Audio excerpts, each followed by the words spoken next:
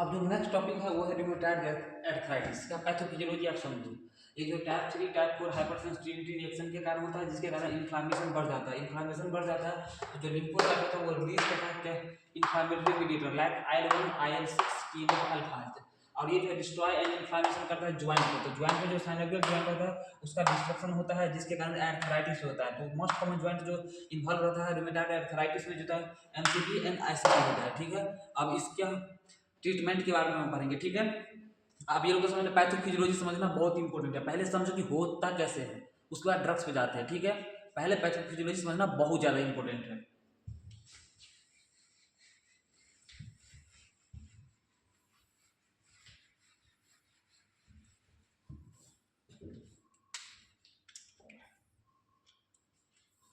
तो ट्रीटमेंट देखो,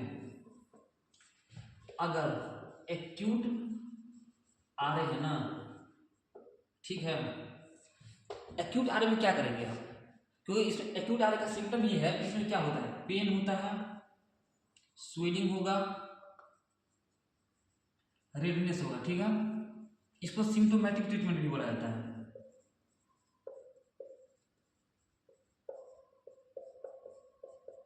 इसमें जो सिम्टम दिखाई पड़ रहा है, पेन स्वेलिंग रेडनेस। ठीक है, तो इसमें ड्रग्स ऑफ चॉइस क्या होगा, तुम ही सोचो ना। पेन स्वेलिंग रेडनेस किसके कारण, इन्फ्लामेशन के कारण होता है, तो क्या देंगे, एंटी इन्फ्लामेटरी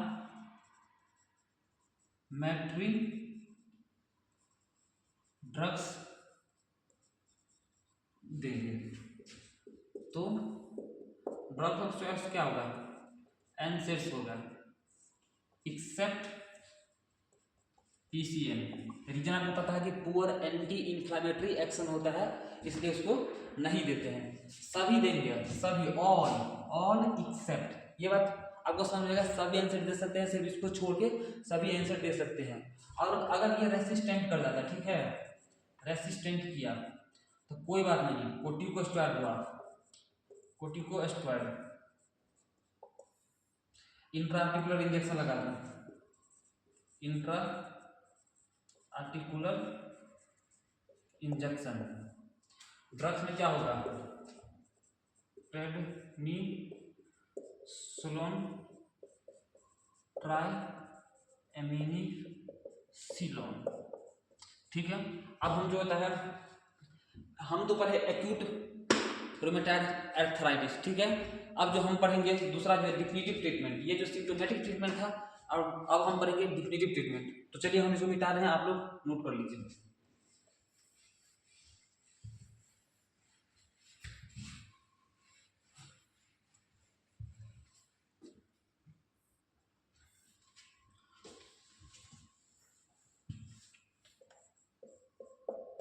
अब हम डिफिनिटिव ट्रीटमेंट पढ़ने जा रहे हैं।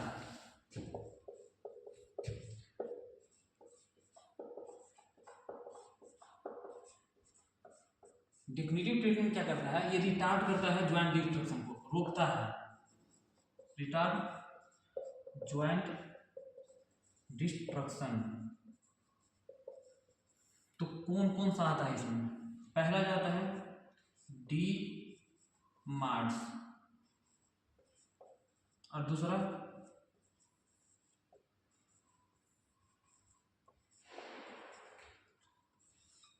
इसका जो एक्शन स्टार्ट होता है, action start after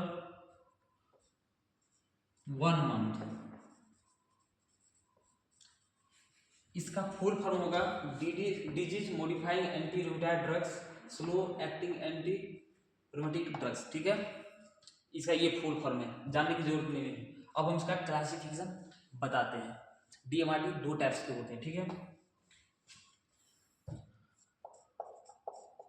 types of DMARDs। पहला कॉन्वेंशनल, दूसरा बायोलॉजिकल। कॉन्वेंशनल स्मॉल मॉलिक्यूल से बने होते हैं। ठीक है, और इसको कैसे देते हैं, ओरल देते हैं। जो बायोलॉजिकल है, इसमें जो है जैक इनहिबिटर होता है, जैक इनहिबिटर होता है, ठीक है। इसमें हम क्या देते हैं, जैक इनहिबिटर, और इसको कैसे देते हैं, ओरल। और दूसरा जो होता है मोनोक्लोनल एंटीबॉडी, इसको जो देते हैं आईवी इंजेक्शन लगाते हैं। चलिए अब हम इसका क्लासिफिकेशन, ड्रग्स के क्लासिफिकेशन बाद में पढ़ते हैं, ठीक है। आप लोग लिख लो।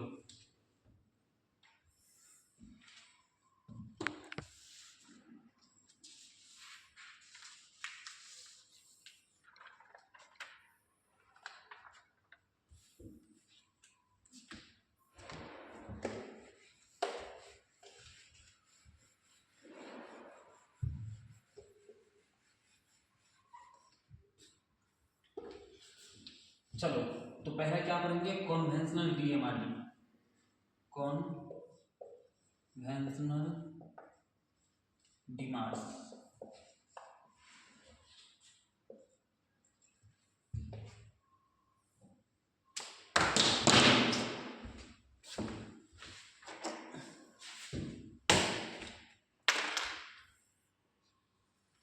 इसका एक ट्रिक्स है इस ड्रग्स को याद करने का, बहुत सिंपल सा ट्रिक्स मैं बताता हूँ, देखो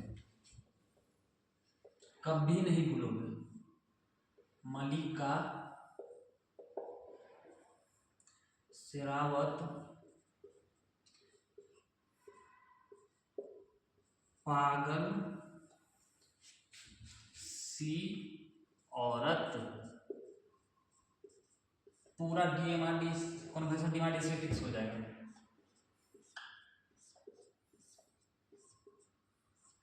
ट्रिक्स मत भूलना भाई, ट्रिक्स मत भूलना, नहीं तो तुम भूल जाओगे ड्रग्स। मीथोट्रेक्सेट,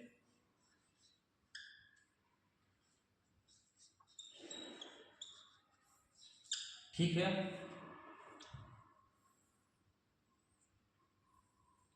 डी पेनिसिलामाइन,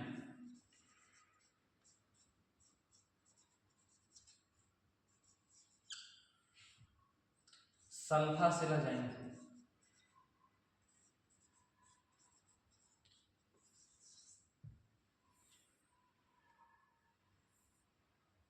एजाथायोप्रिन,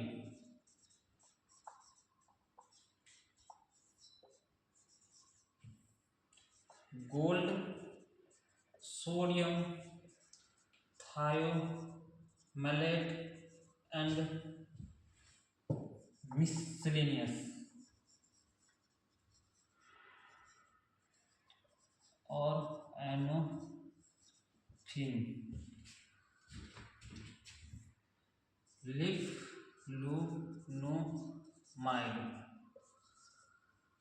और सी से क्लोरोक्विनोन, उसके बाद हाइड्रोक्सी क्लोरोक्विनोन एंड साइक्लोस्पोरिन। चलो लिखो जल्दी।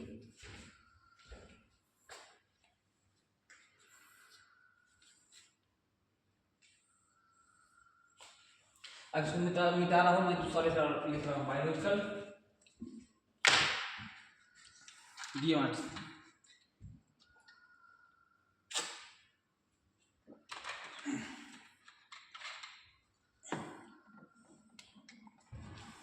मल्लिका शेरावत पागल सी औरत, methotrexate, sulfasalazine, D penicillamine, azathioprine, gold, sodium thiomalate, miscellaneous, auranofin, leflunomide होता है, क्लोरोक्विन, हाइड्रोक्सीक्लोरोक्विन, साइक्लोस्पोरिन, ये ड्रग्स यूज करते हैं कॉन्वेंशनल डीएमआरडी में। चलो अब बायोलॉजी के बारे में बताते हैं। क्लासिफिकेशन ऑफ ड्रग्स है, ये बात याद रखना। क्लासिफिकेशन ही पढ़ रहे हैं,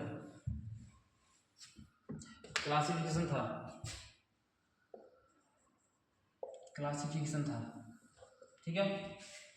बायोलॉजिकल में दूसरा, बायोलॉजिकल में इसको जो है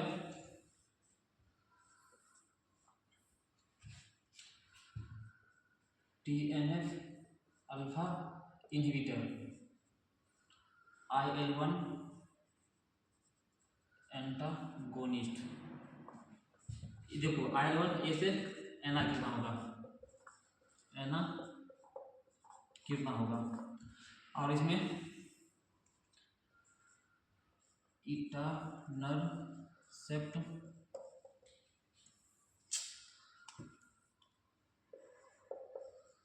एडाली मूवमेंट इनफ्लेक्सिबल, ठीक है। ये क्लासिफिकेशन पर इससे पहले जो कन्वेंशन था वो भी क्लासिफिकेशन था। क्या हो गया। अब तीसरा एडजुवेंट ड्रग्स। एडजुवेंट ड्रग्स क्या दोगे, कोर्टिको स्टेरॉइड, क्या टेडनीसोलोन। ये इसका क्लासिफिकेशन है रूमेटॉइड आर्थराइटिस के ड्रग्स का। लिखो आप लोग।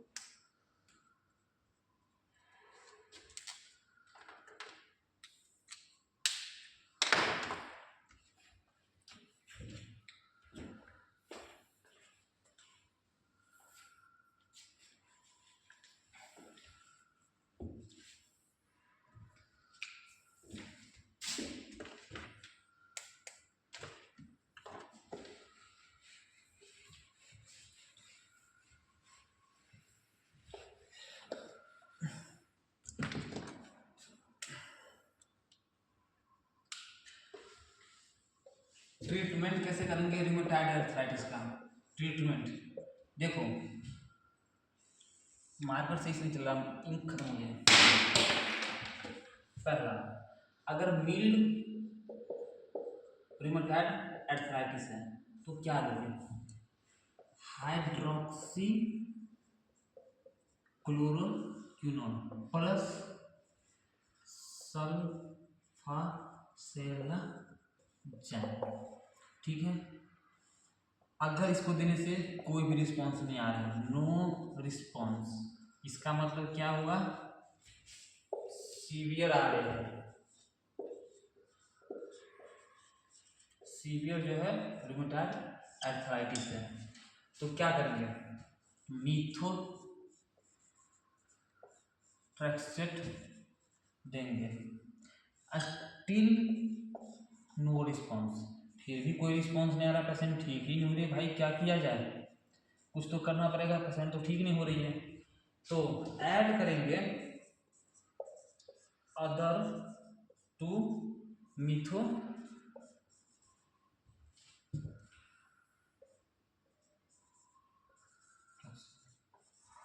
देखो अब रूमेटॉइड आर्थराइटिस का ट्रीटमेंट क्या है। पहले तो अगर मिल्ड रूमेटॉइड आर्थराइटिस हाइड्रोक्सीक्लोरोक्विन और सल्फासेलाज़ाइन देखो, नहीं ठीक हुआ, पेशेंट रिस्पॉन्ड ही नहीं कर रहा है, फिर इसका मतलब ये सीवियर है, तो मीथोट्रेक्सेट दे दो, फिर भी रिस्पॉन्ड नहीं कर रहा है, तो मीथोट्रेक्सेट के साथ जो और ड्रग्स है ना, जितने क्लासिफिकेशन में बताया है उसमें से ऐड करना पड़ेगा, तब जाकर पेशेंट ठीक होंगे। ऐसे पेशेंट रूमेटॉइड आर्थराइटिस का ठीक नहीं होते हैं, ठीक है ना।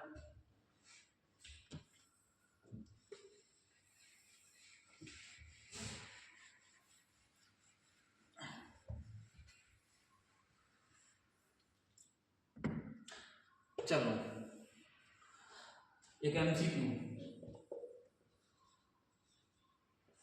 Drugs of choice in RA,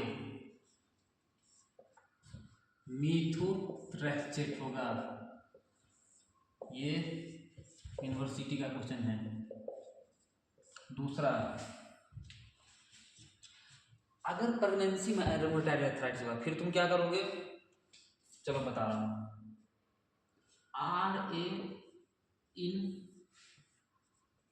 pregnancy, तो ड्रग्स ऑफ चॉइस हो जाएगा NSAID भाई। इफ पॉसिबल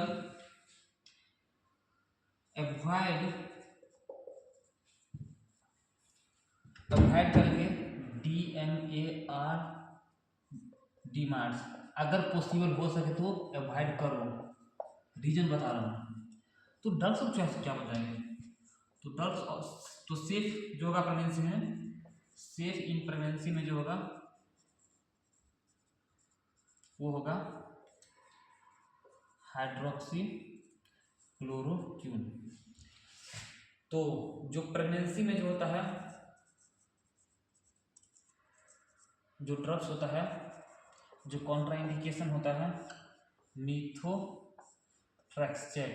ये एमसीक्यू है, अपने दिमाग में बैठा लो।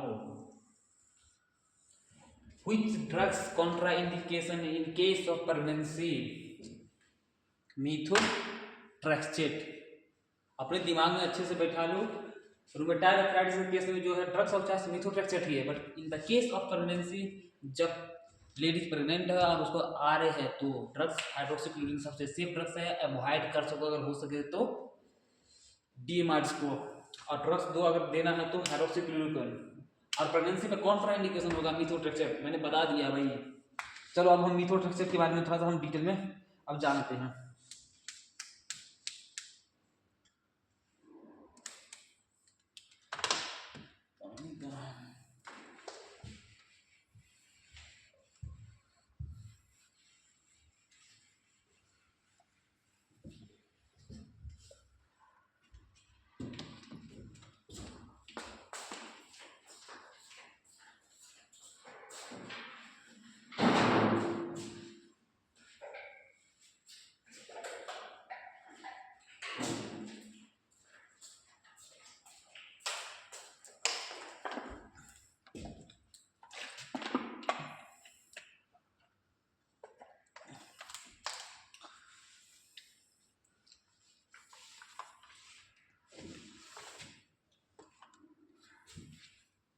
चलो अब मीथोट्रेक्सेट सबसे इंपॉर्टेंट ड्रग्स है रूमेटॉइड आर्थराइटिस का, और इसके बारे में हम अच्छे से पढ़ेंगे, ठीक है ब्रो। मीथोट्रेक्सेट,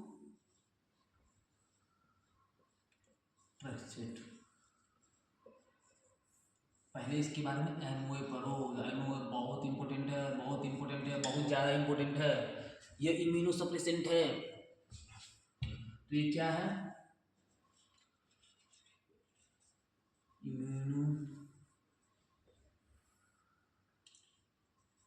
इम्यूनोसप्रेसेंट है। तो कैसे काम करता है? दिमाग लगाओ, दिमाग लगाओ। ये जो है एंटीफोलेट ड्रग्स है, एंटीफोलेट ड्रग्स है, ठीक है। इसका मतलब ये इनहिबिट करेगा डाईहाइड्रोफोलेट रिडक्टेज को, इसको इनहिबिट कर देगा। एंटीफोलेट ड्रग्स है, फोलिक एसिड को सिंथेसिस नहीं होने देगा, इनहिबिट करेगा इस एंजाइम को। और दूसरा क्या करता है, जो एडिनोसाइन है ना, बताता हूँ अभी। एडिनोसाइन को जो होता है, इफ्लक्स को जो होता है वो जो है इंक्रीज कर देता है। जो एंजाइम उस पर काम करता है एडिनोसाइन डीएमिनेज, बहुत इंपॉर्टेंट है, बहुत इंपॉर्टेंट है। देखो ये क्या है? ये ब्लड है, ठीक है।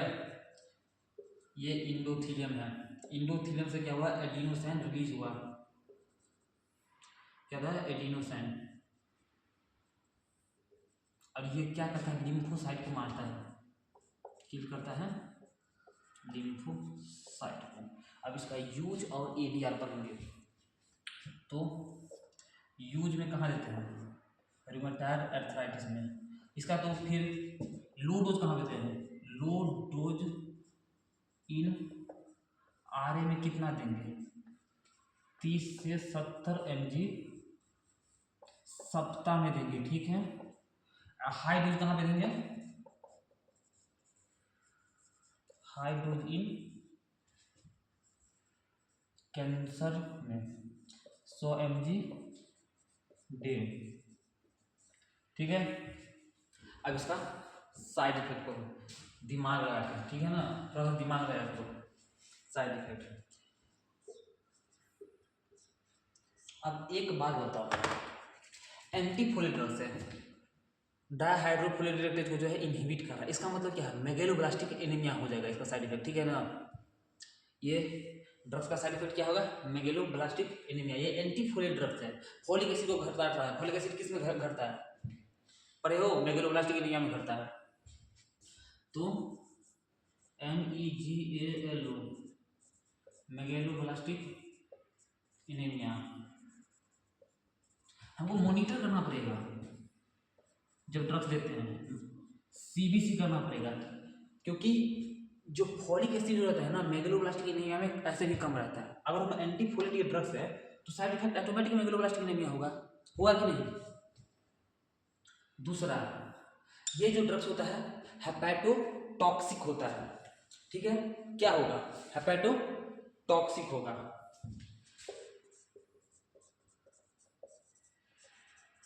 तो हमें क्या करना पड़ेगा मॉनिटर भाई?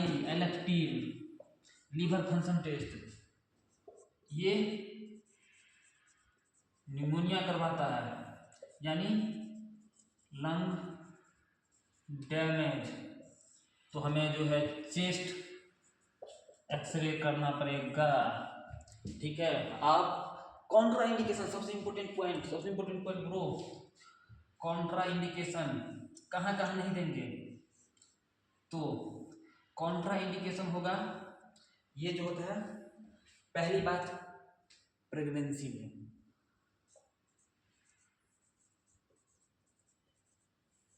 और दूसरा लैक्टेशन में। किस कैटेगरी से बिलोंग करता है? कैटेगरी एक्स से। क्या कराएगा? Fetal neural tube defect. Contraindication हो जाएगा प्रेगनेंसी में और लैक्टेशन में। लिखो जल्दी, आगे कब पढ़ाना है।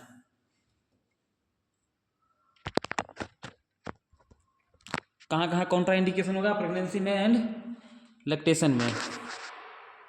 चलो अब आगे पढ़ाता हूँ।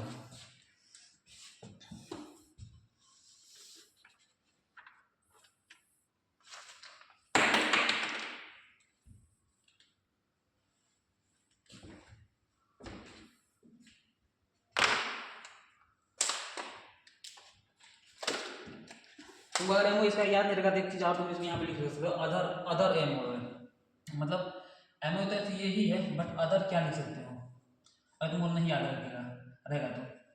साइटोकाइनिन प्रोडक्शन को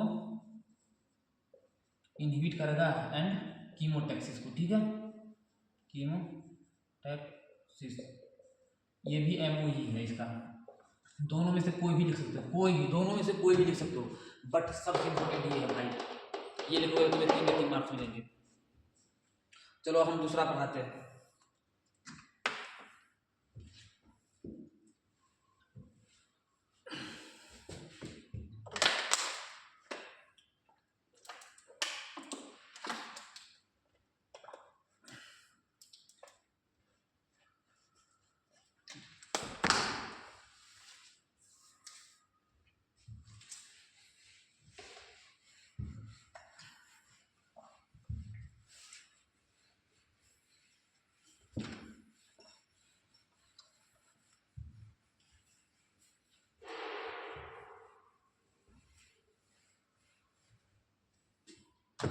सेकेंड ड्रग्स पढ़ा रहा हूँ।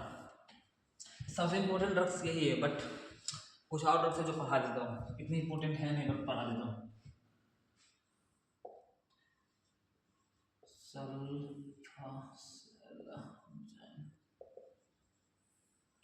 ब्रो ये प्रो ड्रग्स है, इसका 2 फॉर्म है।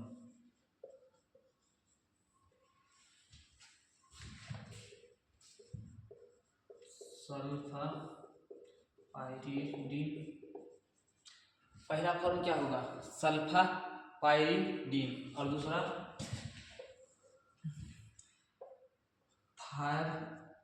5-हाइड्रोक्सी indole acetic acid,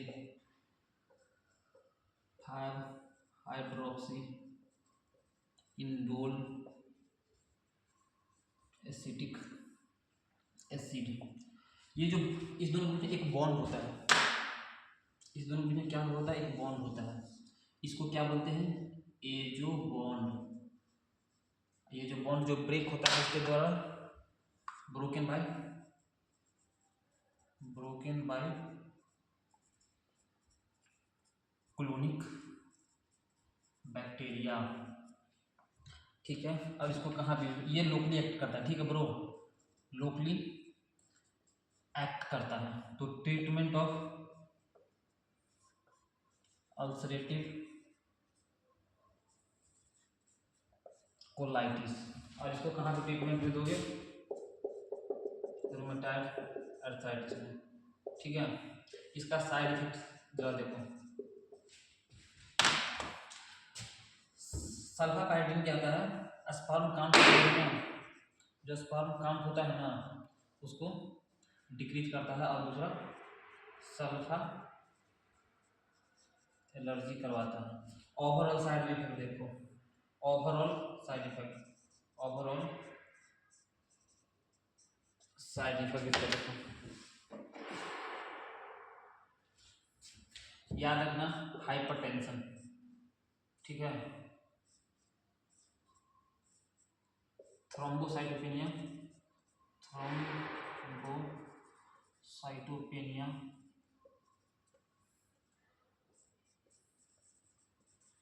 neutropenia hepatitis करवाता है, या हेपेटोटॉक्सिक भी लिख सकते हो। चलो लिखो लिखो जल्दी जल्दी फास्ट।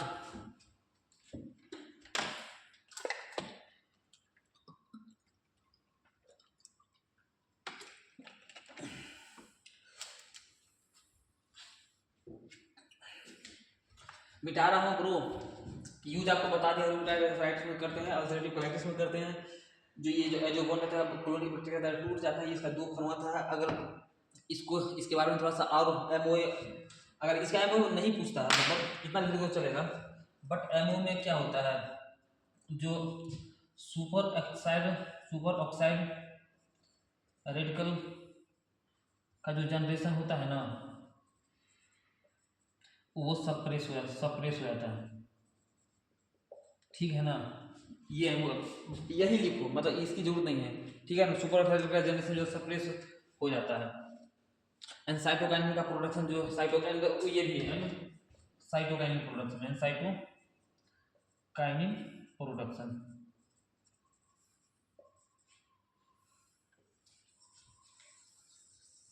इसको नहीं भी लिखोगे ना चलेगा, क्योंकि मैन यही चीज़ है, ठीक है ना।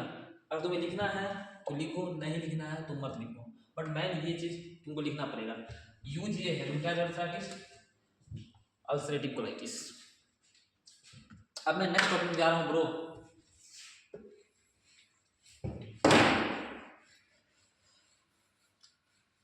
रात के 2:30 बज रहे हैं भाई, मेरे को भी सोना है, नींद आ रही है।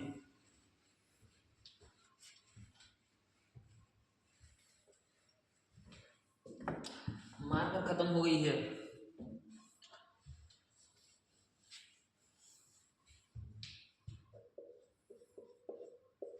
देखो डी पेनिसिलामाइन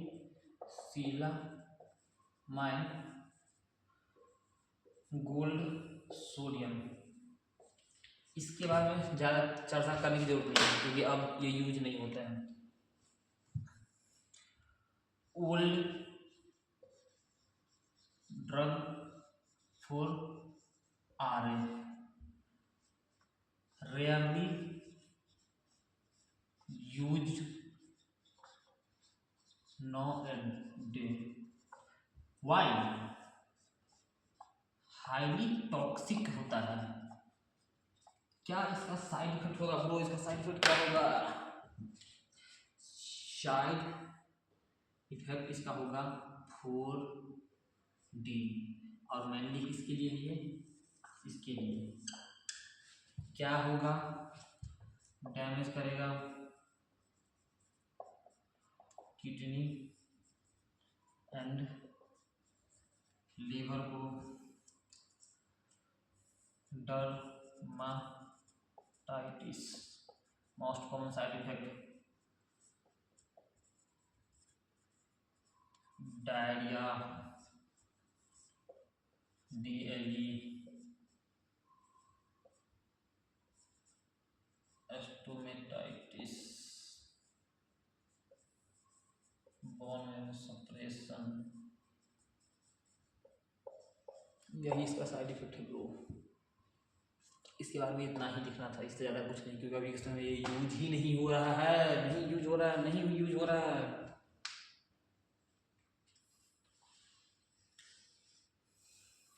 लेकिन dermatitis most common side effect first ये होगा, ठीक है, ये बात याद रखना। ये अभी यूज नहीं होता, बट अगर तुम्हें रूमेटाइड अर्थराइटिस के बारे में शॉर्ट नोट्स आएगा, पूरा डिटेल में छाप देना है। 10 में 10 नंबर, 3 नंबर में 3 नंबर, 4 में 4, 5 में 5, 6 में 6, 7 में 7। अब आपको जस्ट 2 ड्रग्स पढ़ाना है, बहुत टाइम हो गया है, मार्केट भी काम नहीं कर रही है अब।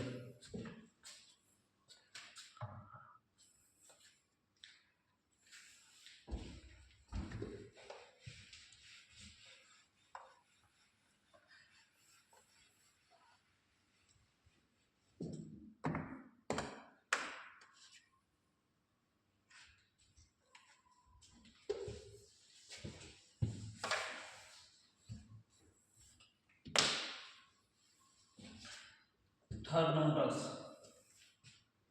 लिफ्लुनोमाइड। भाई ये इंपॉर्टेंट है भाई, इसका एमओ समझो। ये इम्यूनो मॉड्यूलेटेड ड्रग्स है। पहली बात क्या होता है, इम्यून सिस्टम को मॉड्यूलेट करता है।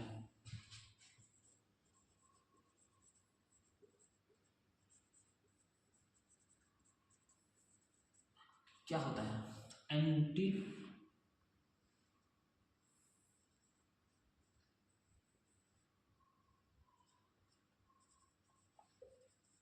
एंटीफोलियर ड्रग्स होता है। और दूसरा इनहिबिट करता है DHOD को। अगर ये तुम भूले तो एग्जाम में तुम्हारा नंबर कट जाएंगे, एग्जाम में तुम्हें नंबर देना भूल जाएगा। क्या होता है,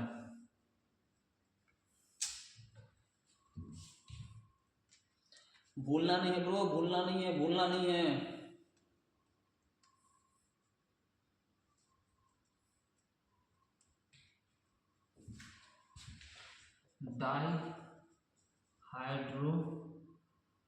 dihydro orotate dehydrogenase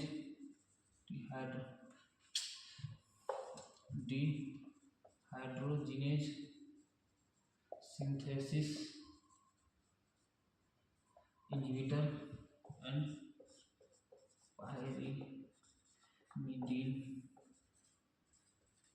synthesis inhibitor.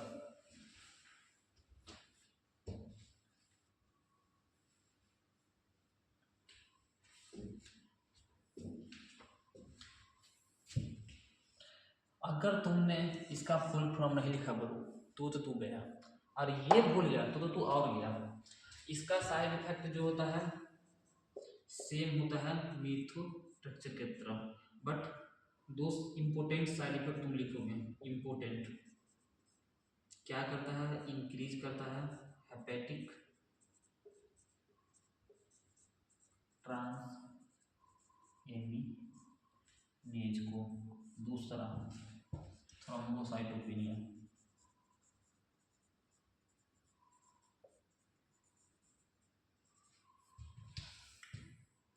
और ये जो है कॉन्ट्रा इंडिकेशन होता है मीथोट्रेक्सेट की तरह, क्योंकि एंटीफोलिक ड्रग्स है, तो सेम एज ए मीथोट्रेक्सेट की तरह कॉन्ट्रा इंडिकेशन हो जाएगा। समझ गए आप? किसमें कॉन्ट्रा इंडिकेशन हो रहा था? प्रेगनेंसी में। ब्रो लास्ट वीक पर आ रहा हूँ, टाइम खत्म हो चुकी है, टाइम कम है, सोना है, सोना है। इतना ही, इसके बाद इतना ही लिखना है, ठीक है। इसका साइड इफेक्ट ये होता है। और यूज कहाँ होता है, यूज तुम्हें नहीं पता है, यूज रिमोटाइड अर्थराइटिस में होता है।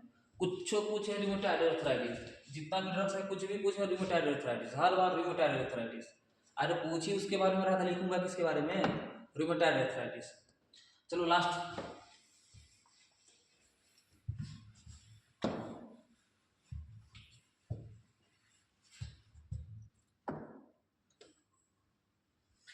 पर सुनो, लास्ट ड्रग्स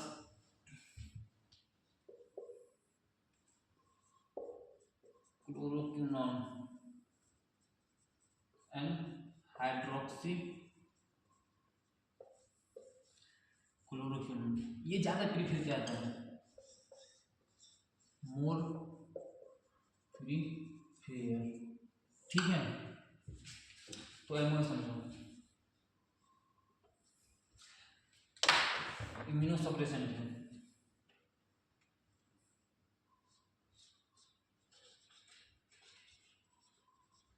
इम्यूनो सप्रेसिव है। इसका मतलब क्या होता है, दिमाग लगा। जब लिम्फोसाइट जो है इन्फ्लामेटरी मीडिएटर को रिलीज कर रहा था, वो क्या कर रहा था, क्या रिलीज कर रहा था, उसको ही कम कर देगा, रिड्यूस करेगा। IL-1, IL-6, TNF alpha inhibitor के TNF अल्फा के प्रोडक्शन को। भाई जो क्लोरोक्विन है ना, इसका हाई वॉल्यूम ऑफ डिस्ट्रीब्यूशन होता है, ठीक है। तो डिपॉजिट होता है और ऑर्गन में, डिपॉजिट इन ऑल ऑर्गन। जो अब हाइड्रोक्सी क्लोरोक्विन है ना, पता नहीं भाई दिखेगा कि नहीं,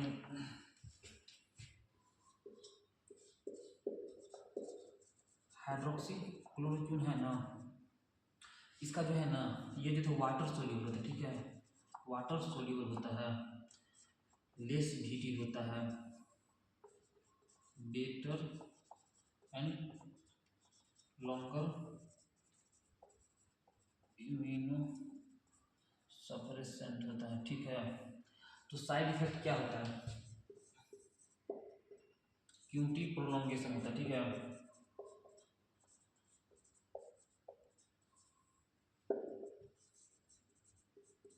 बुलेस आई रेटिनोपैथी, परमानेंट डैमेज हो जाएगा।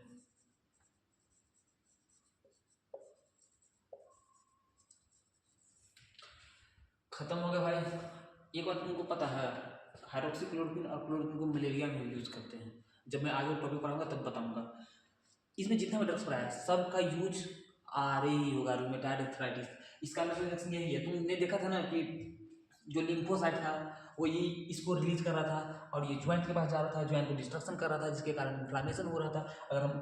अगर आज यहाँ का प्रोसेस देखो, समझा देता हूँ। ये लिम्फोसाइट था, यहाँ से रिलीज कर रहा था और ये इन्फ्लामेटरी मीडिएटर यहाँ पे जा रहा है। अगर इसको ब्लॉक कर देते यहाँ पे नहीं जाएगा, तो इसलिए सबसे बेटर है और सबसे ज़्यादा प्रिपेयर किया जाता है, ठीक है। और मैंने आज के टॉपिक में लेप्रोसी खत्म किया, गाउट, रूमेटाइड आर्थराइटिस। कल मैं स्केलेटल मसल रिस्ट्रेंट एंड एनसेड पूरा पढ़ाऊंगा, ठीक है। अगर आपको अच्छा लगे ये टॉपिक तो मेरे चैनल को सब्सक्राइब कीजिएगा, लाइक करके शेयर कर दीजिएगा। और ये चीज़ इंस्टाग्राम पर भी अवेलेबल रहेगा और मैं पूरे टॉपिक जो है ना यूट्यूब पे अवेलेबल रहेगा, बट इसके शॉर्ट्स जो है इंस्टाग्राम पे रहेंगे। तो आप वहाँ से इंस्टाग्राम से जाके यूट्यूब पे, उस इंस्टाग्राम पे यूट्यूब का लिंक है, आप वहाँ पे जाके इसके बारे में पूरा डिटेल में पढ़ सकते हैं। इंस्टाग्राम 3 मिनट का ही वो देता है, जो 3 मिनट पूरा पॉसिबल नहीं है इंस्टाग्राम पे डालना। तो आप वहाँ से क्लिक करके यूट्यूब पे जाकर आप पूरा पढ़ सकते हैं। ये एग्जाम के लिए सफिशियंट है और ये आप भूलोगे नहीं। बस एक बार पढ़ लेना। सबसे पहले जो मैं पैथोफिजियोलॉजी पढ़ाता हूँ उसको एक बार गौर से देखना, उसके बाद आगे बढ़ना, ठीक है ना। ऐसे नहीं आगे सीधा पढ़ना चालू कर दिया हाइड्रोक्सी क्लोरोक्विन की है, नो। पहले पैथोफिजियोलॉजी कैसे हुआ, इन्फ्लेमेशन हुआ कैसे, कैसे पहुंचा, कैसे ट्रीटमेंट करना है, ठीक है। तो ऐसे करना है। और भाई रूमेटाइड आर्थराइटिस ठीक नहीं होते हैं। मैं 3-4 साल पहले क्लिनिक पे, मेरा क्लिनिक है तो मैं रहा हुआ हूँ। सब पेशेंट को चूतिया बनाते हैं, पेशेंट ठीक नहीं होती है, सर्जरी करना पड़ता है, एट द एंड ड्रग से तो नहीं ठीक होती है, ठीक है। तो भाई अगर आपको पैथो का भी नोट्स चाहिए तो मैं patho, some topic anat, biochem, micro को पढ़ा सकता हूँ, बट मेनली मैं पैथो और फार्मा ही अच्छे से पढ़ाऊँगा, एकदम क्लियर कॉन्सेप्ट के साथ। और आप लोगों को वीडियो अच्छा लगे तो शेयर जरूर करना। अभी रात के ऑलमोस्ट 3 बज चुके हैं, ठीक है। तो मैं अब कल 2 टॉपिक कवर करूँगा, टाइम कम है, ठीक है। चलो बाय। और आप लोग लिख लो।